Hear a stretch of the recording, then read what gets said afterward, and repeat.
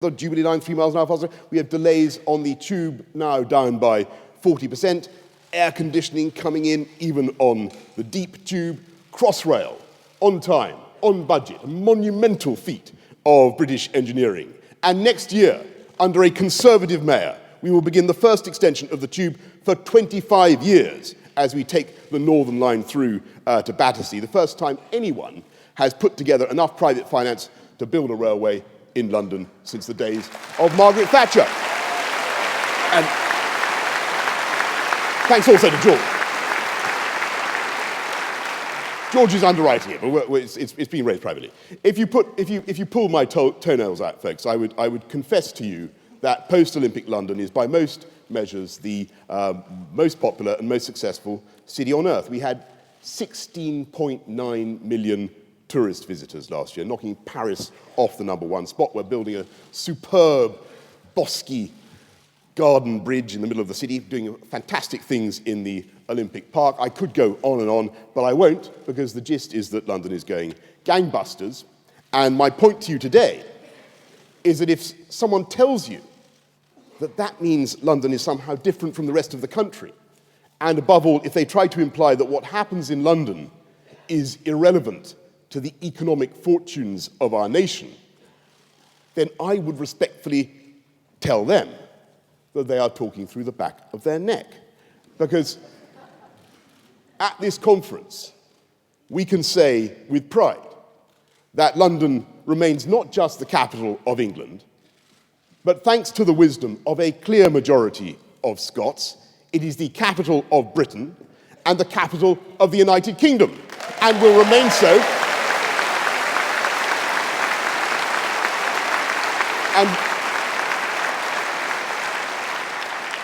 And will, I believe, remain so for our lifetimes. You have permission to purr, if you so choose, Dave. And when the great flywheel of the London economy turns, and it drives, as it does, faster and faster, it drives the vast and intricately connected locomotive that is the British economy.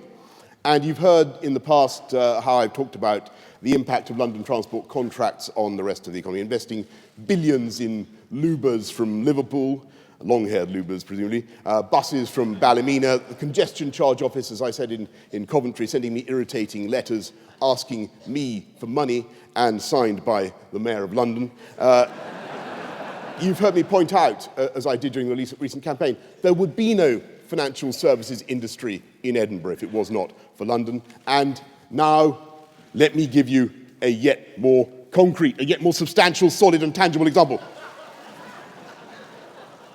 Behold this brick, amigos. This brick was given to me yesterday in Newcastle under Lyme, a constituency where we Conservatives, don't worry, I'm not going to throw it, are only 3 points behind Labour, a place where we have a real chance of winning for the first time in a century. And they gave it to me in a factory that only started last year and is now propelled by the positive benefits of Help to Buy, and is now capable of making 80 million of these objects per year.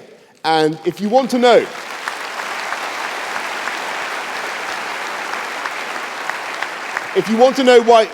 why that factory has started to hire people and fire bricks,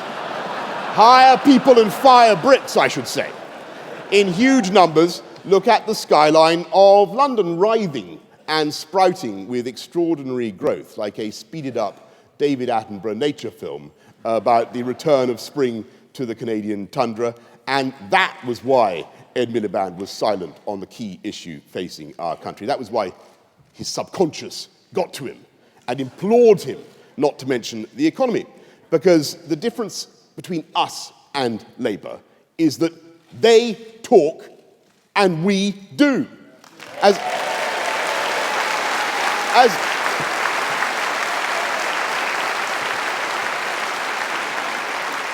Ed Miliband's great hero Engels almost put it, an ounce of Tory action is worth a ton of Labour theory.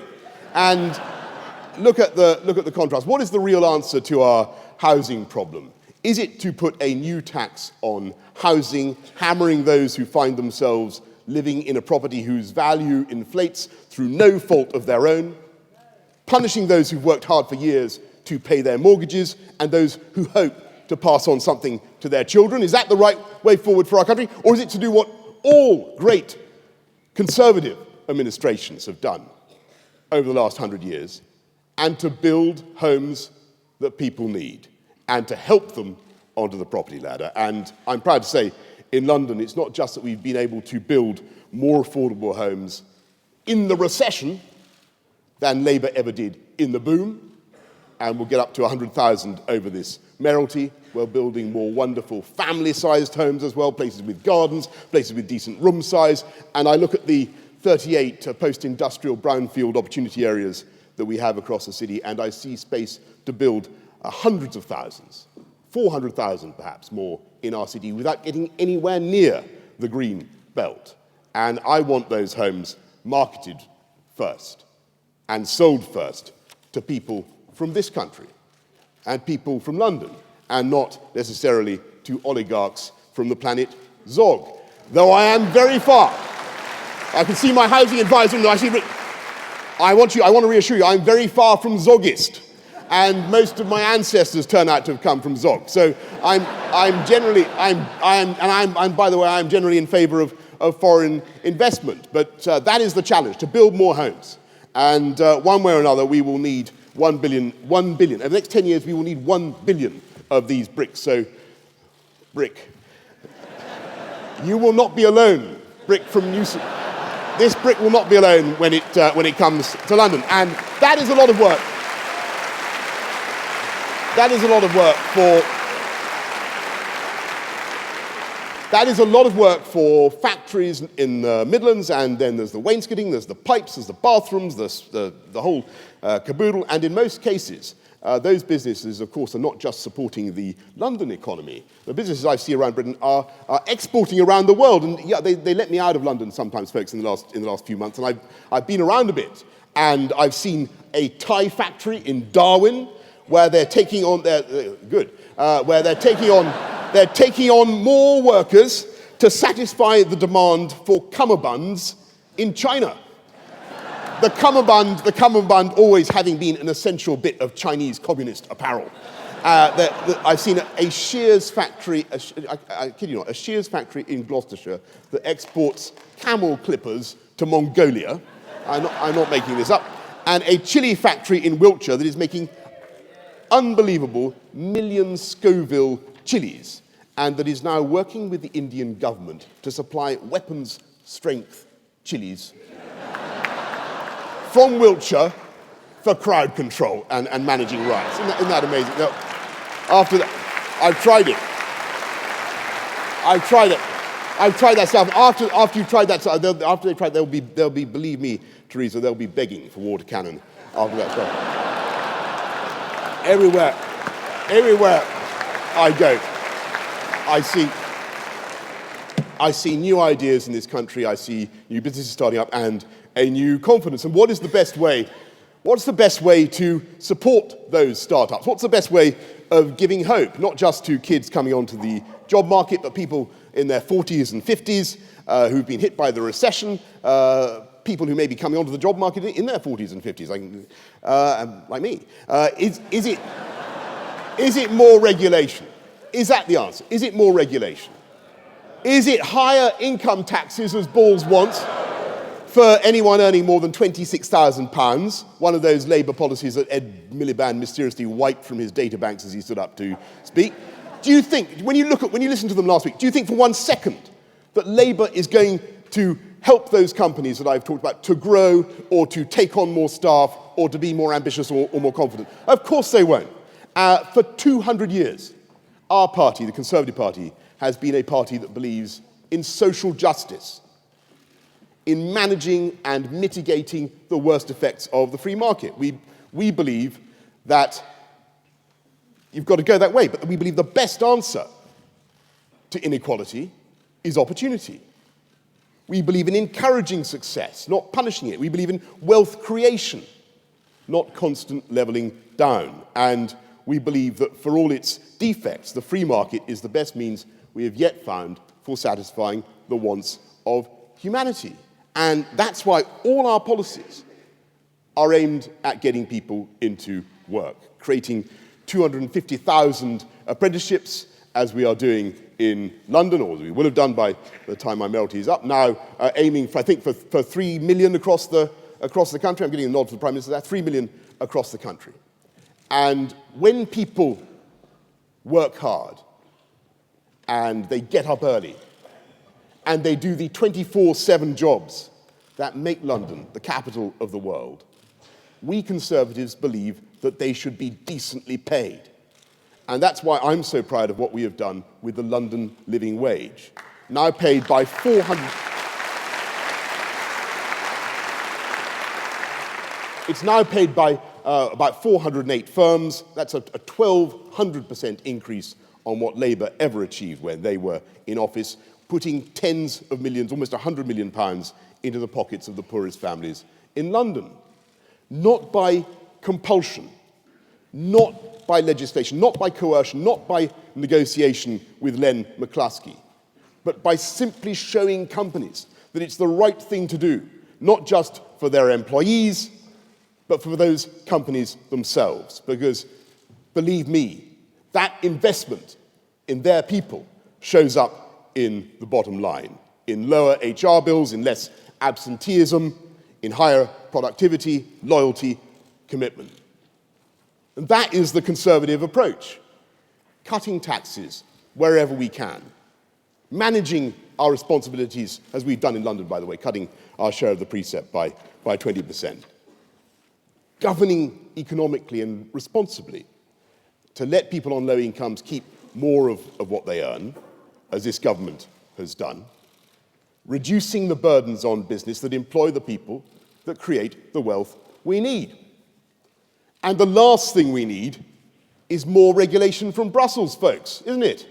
And in common with many other people around the EU, I want reform not just of the CAP that costs every family £400 extra per year in food costs, not just of the common fisheries policy. I want to change the whole mentality that pervades the Brussels Commission and that tells them that they can decide how powerful our vacuum cleaners should be, a point on which I will not elaborate this morning. And there's only one leader in Europe who can deliver that reform. One man who has the experience and the respect in Europe to make the case, and then take that case to the people of this country in the in-out referendum that we have been denied for 40 years. And that man is not Salmond or Clegg or Farage, Miliband, because not one of them will give us a referendum. That man is David Cameron.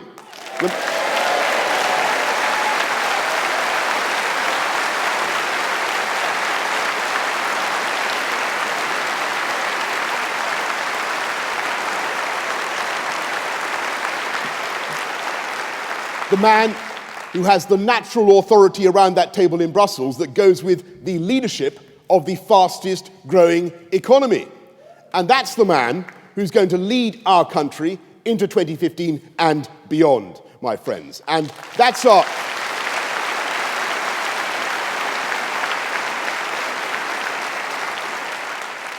our new fisheries policy that we need. First, chuck Salmond overboard.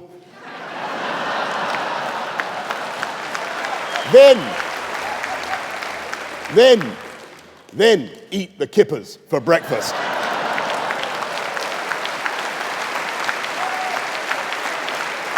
We will fight them on the beaches of Clacton, won't we? And we'll fight them and defeat them on the beaches of Rochester and Strood as well.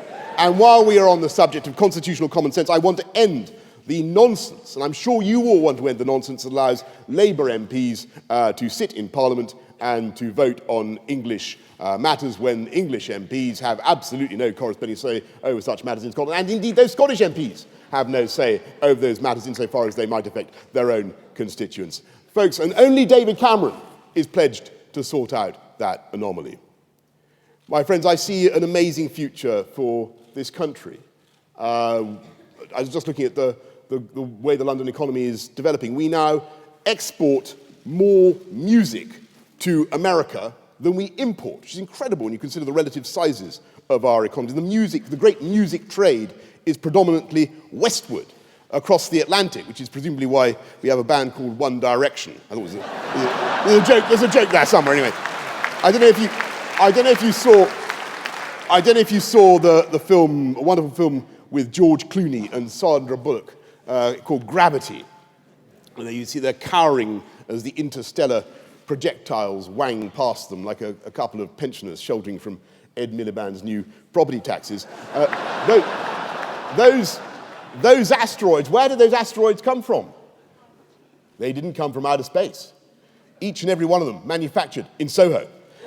Look at the tech sector, which London is now dominant in Europe, much to the irritation, by the way, of Angela Merkel, who can see that we're taking off now in the 21st century industries that are going to matter to all Western economies. We lead in biotech, fintech, medtech, nanotech, green tech,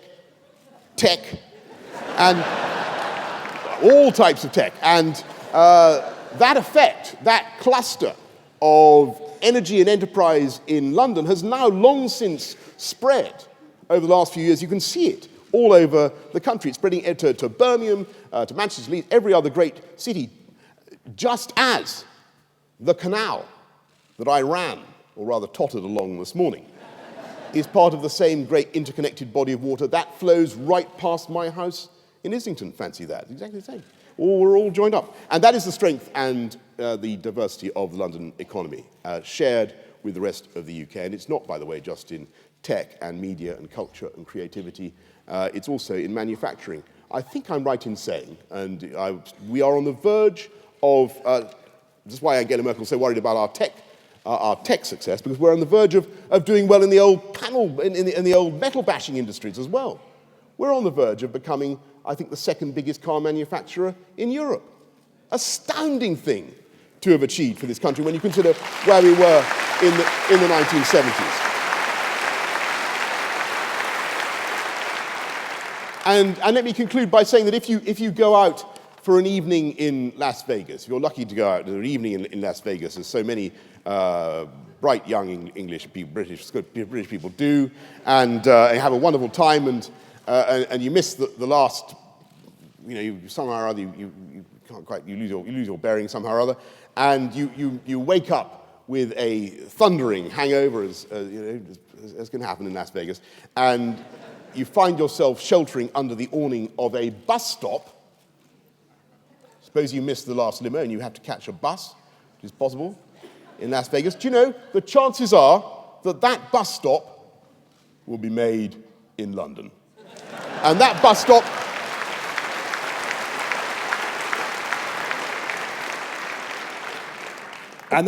I am proud to say, is very likely to be made not just in London, but in the London borough of Hillingdon.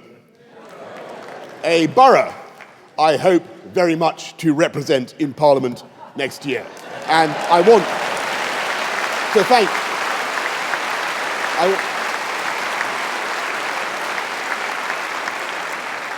to thank the organisers of this conference for giving quite so much time to a mere prospective parliamentary candidate for Uxbridge and South Ruislip. And as I look ahead, folks, I can see only one obstacle that we have to clear in the next few years, and that is the threat of a Labour government next year. So let us unite now. Let's get together. Let's get the whole Conservative family together and take the fight to the unrepentant, unreconstructed, semi-Marxist Miliband and Balls and their plan to take this country back to the policies that led us to disaster last time. And let's be proud of our party and what we have done. And when people doubt us and doubt our good intentions, let's explain again and again our fundamental conservative insight, that it's only by encouraging and enabling wealth creation that we can hope as a nation to protect the vulnerable and the needy and deliver the social justice in which we believe. And if we can get over that simultaneous message of hope and enterprise, the real one nation message, then I have no doubt that we can win in 2015 and win big. So let's leave Ed Balls to his football practice or whatever he gets up to. Let's leave Ed Miliband to master the art of a bacon sarnie. And let's leave the Clegger. Let's leave old Nick Clegg to get on with whatever it is that he does, which I haven't quite discovered. And let us get on, let us Conservatives get on with our work of unleashing the talents of the people of this country and the most dynamic economy in Europe. Thank you very much for listening to me, and see you at the barricades. Thank you. Thank you.